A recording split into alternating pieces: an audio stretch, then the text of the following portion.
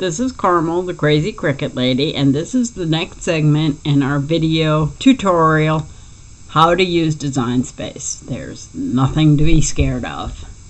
Today we're going to go over this top menu, and I don't have anything on my design right now. We're going to put a couple shapes, just because they're easy and okay. We're going to spread them out. To move something, you just click on it and drag it.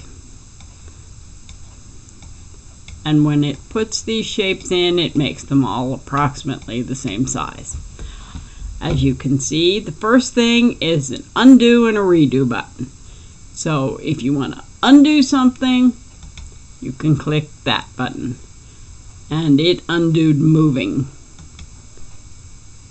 See? This went back, and you can click this as many times as you want. Also, Control Z works. Those of you who use other computer programs may recognize Control Z as a way to undo things. It works in this program too. You can also redo things. I clicked undo and the hexagram moved back. Now we want to redo it. It moved back down. You can click that back and forth as many times as you like. Okay, let's highlight one of them. The next box is for line type. Right now it says cut, and it's that not so pleasant gray color. We'll get to that box in a minute. First, we're going to deal with this one. If you click the down arrow, you've got three choices. Cut, which means it cuts it out of your paper. Draw, which eliminates any fill and just basically draws the outline. And as you know, Cricut has the ability to draw shapes. You'll notice that this changes this box to an outline. That's so that you can know that it is draw. The other option is score.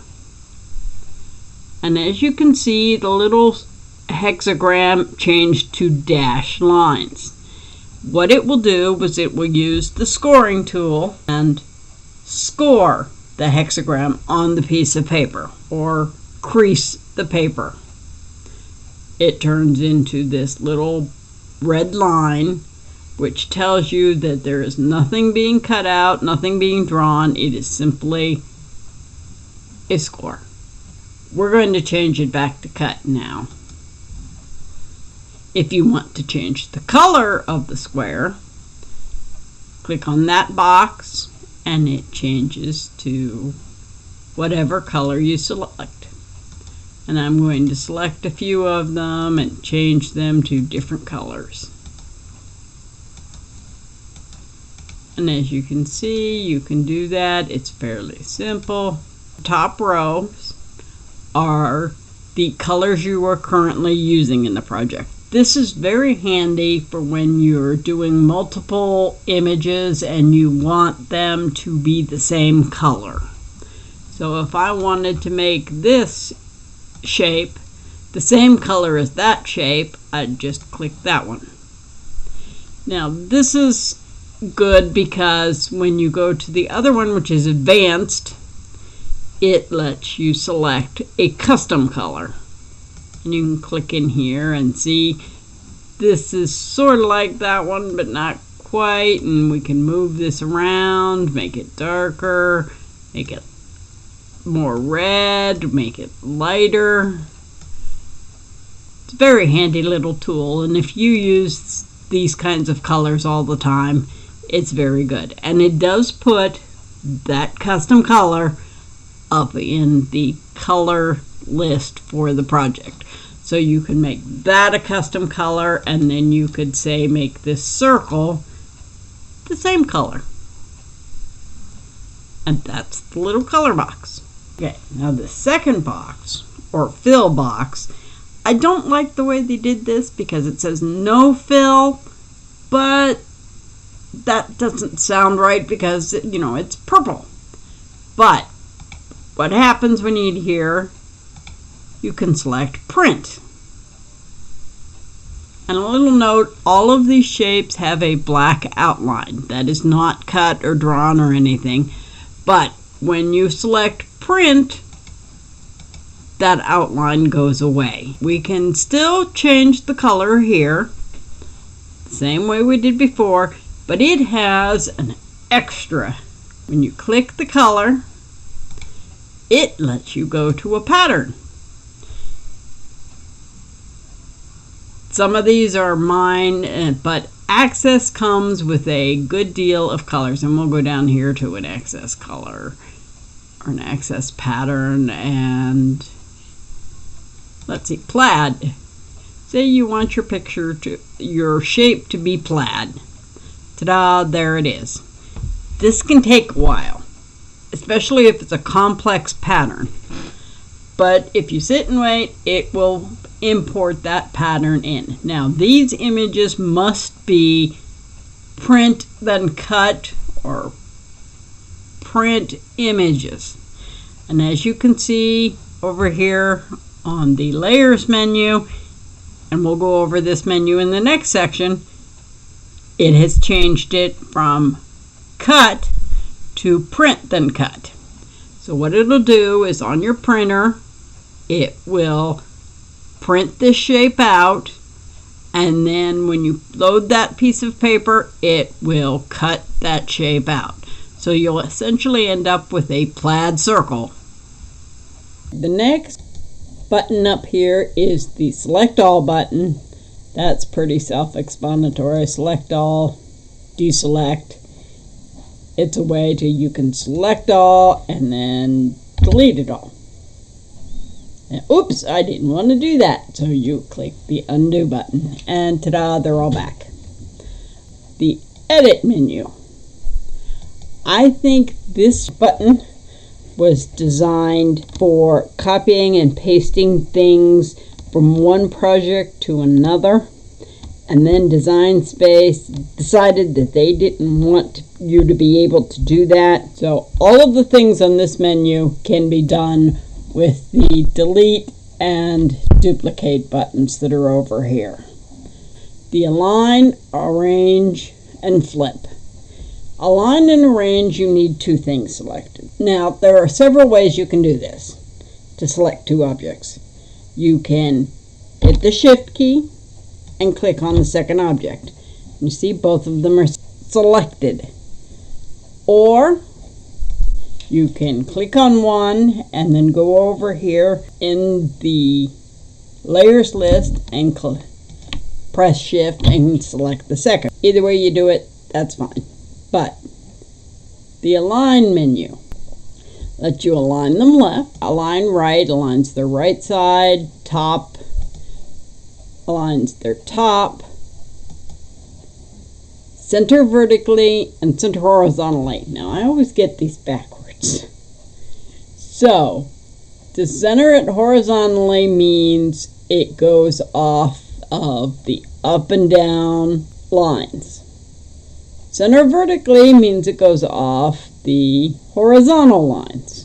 Again, I always do this wrong, have to back it up and try it again. Not a big thing. Now, center is a nice button, and it would take the center of both images, puts them on top of each other. And that's how you use the align button. Now we're going to use the arrange button. Let's say you put the square here, and it's like, oh, I want the circle on top. Well, you've got the square selected. You can click arrange and you can move it around. Move it backwards. You can send it to the front, send it to the back. And that way the square and the circle are in layers the way you like them. And I'll talk more about this when we do the layers menu over here. We're going to talk a little bit about the difference between flip and rotate. So I'm going to put some text in because it's better to see it